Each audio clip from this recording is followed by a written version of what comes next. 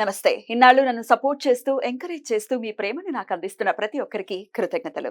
అలాగే ఈ వీడియో కూడా ఖచ్చితంగా మీకు ఉపయోగపడుతుంది. లైక్, షేర్ అండ్ సబ్స్క్రైబ్ చేసి మీ సపోర్ట్‌ని నాకు అందించండి. అలాగే ఈ వీడియో పట్ల మీకున్న అభిప్రాయాన్ని కామెంట్ సెక్షన్‌లో కామెంట్ చేసి తెలియజేయండి.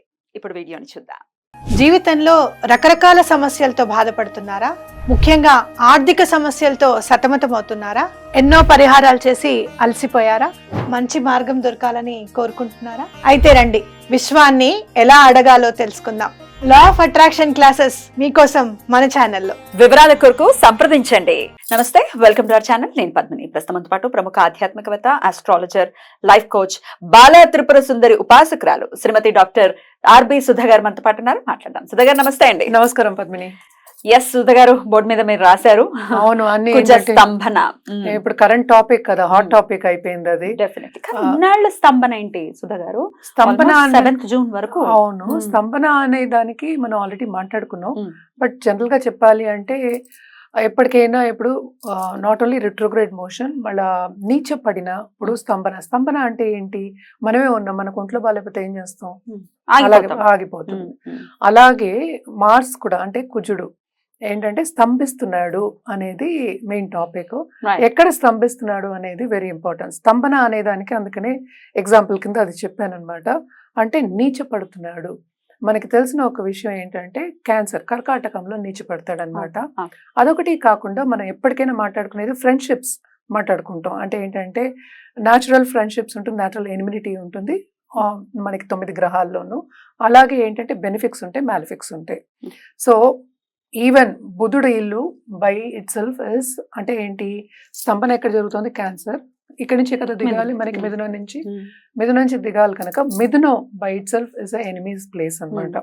సో అక్కడ కూడా ఏంటంటే మనం ఎక్కడైనా తెలియని ప్లేస్ లో కానీ వేరే ప్రదేశంలో వెళ్ళినప్పుడు గబుకుని మనకి తెలియదు ఎలా చేయాలి, పనులు చేయాలో తెలియదు కనుక. అలాగే ఒక ఎనిమి ఇంట్లో ఉన్నాము అంటే కట్టేసినట్టే ఉంటుంది కదా, అలాగే ఉండదు. అందుకోసమే స్తంభిస్తోంది ఎన్ని నెలలు అని చెప్పుకుంటున్నాం అనమాట. అది ఎప్పుడెప్పుడు జరుగుతోంది అనేది చూద్దాం. ఇప్పుడు ప్రస్తుతం మనం ఇంకా ఆగస్ట్ ఎండ్ సెప్టెంబర్ లో ఉన్నాం అనుకుందాము. ఆగస్ట్ 26th నుంచి మిథునంలో ఉన్నారు. సో మిథునం నుంచి మళ్ళా ఏమో కర్కాటకంకి October 20th వెళ్తున్నారు అనమాట. సో వెళ్ళిన తర్వాత అక్కడ రిట్రోగ్రేడ్ మోషన్ అనేది జరుగుతోంది. అంటే క్యాన్సర్ లో నీచ స్థితిలో జరుగుతోంది. అదేమో 21st జనవరికి మళ్ళా మనకి మిథునంలోకి వెళ్తారనమాట. సో October 20th నుంచి 21st Jan వరకు రెట్రోగ్రేడ్ లోనే ఉంటారు ఆయన? లేదు, కిందకి దిగిన తర్వాత రిట్రోగ్రేడ్ అవ్వాలి కదా. అవ్వాలి. రెట్రోగ్రేషన్ లోనే నీచంలో రెట్రోగ్రేడ్ రిట్రోగ్రేడ్ అంటే కిందకి దిగాలి కదా. So that is direct motion. So మళ్ళా రిట్రోగ్రేషన్ అయినప్పుడు వెనక్కి వెళ్ళాలి కదా.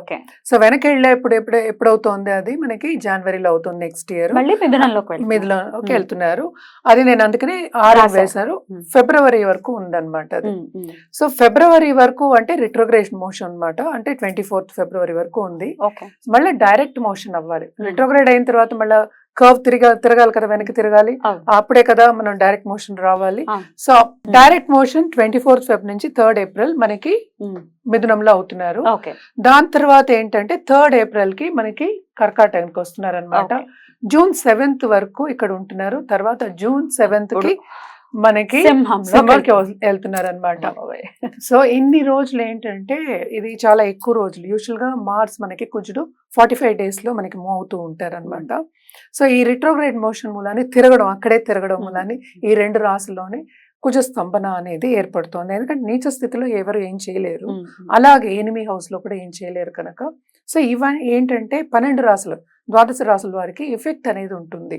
అంటే తప్పక ఉంటుంది కదా. మరి 9 గ్రహాలు ఒక గ్రహం అలా అవుతున్నప్పుడు ఉండదా? అలాగే మనకి జూపిటర్ కూడా రిట్రోగ్రేషన్ అవుతున్నారు ఇదే సమయంలో. సో కొన్ని రాశులకి బాగుంటాయి, కొన్ని రాశులకి బ్యాలెన్స్డ్ ఉంటాయి, జరుగుతూ ఉంటుంది. డిపెండ్స్ అనమాట.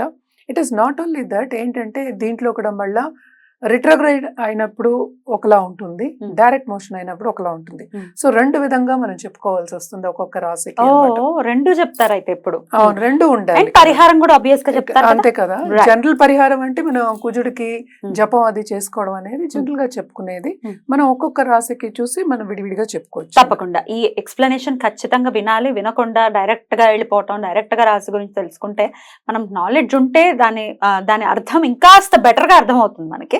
సో అందుకే ఇంత వివరణాత్మకంగా మాట్లాడుతున్నాం అనమాట. రైట్, ఇక ద్వాదశ రాశులకి కూడా ఈ కుజ స్తంభన, ఇక కన్యా రాశి వారికి ఎలా ఉండబోతోందండి ఈ కుజ స్తంభన ద్వారా? మన కన్యా రాశి వాళ్ళకి చూస్తే మనకి ఎగ్జాక్ట్ గా స్తంభన జరిగేది అంటే ఇక్కడ మనకి 11th and 10th హౌస్, అంతే కదా. అంతే. 11th హౌస్ అంటే లాభం, Hmm. 10th హౌస్ అంటే మనం కెరియర్ భాగ్యం చూస్తాము, అలాగే కర్మ చూస్తాము.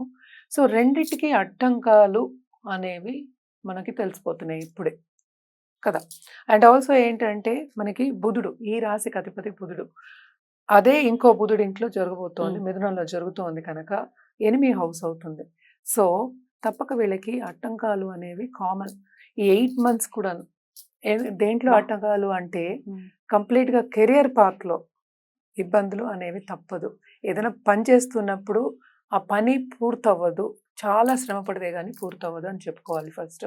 ఇంకోటి, ఇన్వెస్ట్మెంట్స్ చేసుకుంటే అంత తొందరగా మనం ఏంటంటే ఇన్వెస్ట్మెంట్ చేసాం మనకు వచ్చేసింది అనుకుంటూ ఉంటారు, దాంట్లో అంతా ఆటంకాలు వస్తే కాలయాపన అనేది తప్పదు.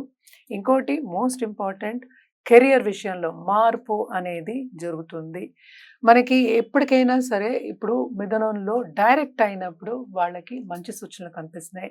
ఎవరెవరికి, బిజినెస్ పీపుల్కి, పార్ట్నర్షిప్ బిజినెస్లో ఉన్న వాళ్ళకి, అలాగే ఇన్వెస్ట్మెంట్ రంగంలో ఉన్న వాళ్ళకి ఇన్వెస్ట్మెంట్స్ చేసుకోవచ్చు, దాంట్లో లాభాలు కూడా వచ్చే ఛాన్సెస్ ఎక్కువ కనిపిస్తున్నాయి అన్నమాట. అప్పుడు బాగుంటుంది అని చెప్పుకోవాలి. అలాగే ఏంటంటే మనకి 11వ ఇల్లు ఏమైంది, ఇది నీచ పడతాడు ఇక్కడ కుజుడు. సో కుజుడు ఇక్కడ నీచ పడినప్పుడు 11వ ఇంట్లో లాభం అనేది కొంతవరకు స్తంభిస్తుంది. అంటే ఏంటి, నేను ఇది పెట్టాను నాకు ఇంత లాభం అని మనం అనుకుంటూ ఉంటాము, ఆ దాంట్లో డిసప్పాయింట్మెంట్స్ వస్తాయి అన్నమాట. సో చాలా మటుకు యాంగ్జైటీ అనేది ఎక్కువ అవుతుంది, శ్రమ అనేది ఎక్కువ అవుతుంది. అలాగే మన హెల్త్ విషయాల్లో కూడా కొంచెం జాగ్రత్తగా ఉండడం అనేది మంచిది, ఎస్పెషల్లీ నీచపడినప్పుడు. ఎందుకంటే అండ్ ఆల్సో ఇంటర్పర్సనల్ రిలేషన్షిప్ మనం చెప్పుకోవాలన్నమాట. ఎందుకంటే 11th హౌస్ ఎక్కువ మనం ఎక్స్టెండెడ్ ఫ్యామిలీ గురించి కూడా చెప్తాము. ఆ టైంలో కూడా అంటే అందరూ కలిసినప్పుడు కూడా సపోర్ట్ అనేది వీళ్ళకి కొంచెం తక్కువే ఉంటుంది. ఏదో ఒక డిసగ్రిమెంట్ అనేది వెరీ కామన్ అని చెప్పుకోవచ్చు. అలాగే ల్యాండెడ్ ప్రాపర్టీలో చాలా చాలా జాగ్రత్తగా ఉండాలి వీళ్ళు, అదొక సూచన. అలాగే ఇప్పుడు కోర్ట్ కేసెస్ ఉన్నాయి, ల్యాండ్ ప్రాపర్టీ విషయాల్లో ఉన్నాయి అంటే అది కూడా అంటే నీడిస్తుంది, కంటిన్యూ అవుతుంది తప్ప ఒక సొల్యూషన్ అనేది అంత ఈజీగా ఈ 8 months రావు అని చెప్పాలన్నమాట. సో ఇవన్నీ జాగ్రత్త పడాలి అంటే తప్పక వీళ్ళు కూడా రెమెడియల్ మెషర్స్ చేయాలి, పరిహారం అనేది చేయాలి. వీళ్ళకి ఎస్పెషలీ స్టూడెంట్స్కి చెప్పుకోవాల్సింది ఏంటంటే, స్టూడెంట్స్కి బాగుంది కానీ కొంతవరకు జాగ్రత్తగా శ్రమ పడడం అనేది, అధిక శ్రమం అనేది కనిపిస్తోంది, శ్రమకి తగిన ఫలితం అనేది అంత కనిపించట్లేదు. సో తప్పక వాళ్ళు కూడా రెమెడియల్ మెషర్స్ చేయవలసిందే. ఓం బుధాయ నమః అని చెప్పుకోవడం, at the same time Wednesday Lakshmi Ganapati హోమాలు పూజలు చేయడం అనేది ఎక్స్ట్రీమ్లీ ఇంపార్టెంట్. అంటే ఎందుకు లక్ష్మీ గణపతి చెప్తున్నానంటే, ఆబ్స్టకల్స్ అనేది మనకి ఇక్కడే కేతు కూడా ఉన్నారని మనకి తెలుసు, అంటే కన్యలోనే ఉన్నారు. సో ఇది కొంచెం ఆబ్స్టకల్స్ తగ్గాలి అన్నప్పుడు ఏంటంటే ఎప్పుడు మనం గణపతికి చెప్పుకుంటాం కనుక తప్పక గణపతి పూజ చేయడం అనేది ఎక్స్ట్రీమ్లీ ఇంపార్టెంట్. అలాగే ఏంటంటే వీళ్ళు దాన ధర్మాలు చేయడం, అలాగే పెద్దల ఆశీస్సు పొందడం అనేది ఎక్స్ట్రీమ్లీ ఇంపార్టెంట్, ఎస్పెషలీ ఈ 8 నెలల్లో. అంటే నోటి దుడుసు ఎక్కువ పెట్టుకోకుండాను పెద్దవాళ్ళు చెప్పింది కొంతవరకు విని చేసుకోవడం అనేది మంచిది అని చెప్తున్నాను అనమాట. రైట్, డెఫినెట్ గా 8 నెలలు కూడా క్రూషియల్ గా ఉండబోతున్నాయి అని చెప్తున్నారు కాబట్టి జాగ్రత్త అవసరం కన్యా రాశి వాళ్ళు. ఇక నెక్స్ట్ ఎపిసోడ్ లో తులా రాశి గురించి తెలుసుకుందాం. థ్యాంక్ యూ అండి, నమస్తే.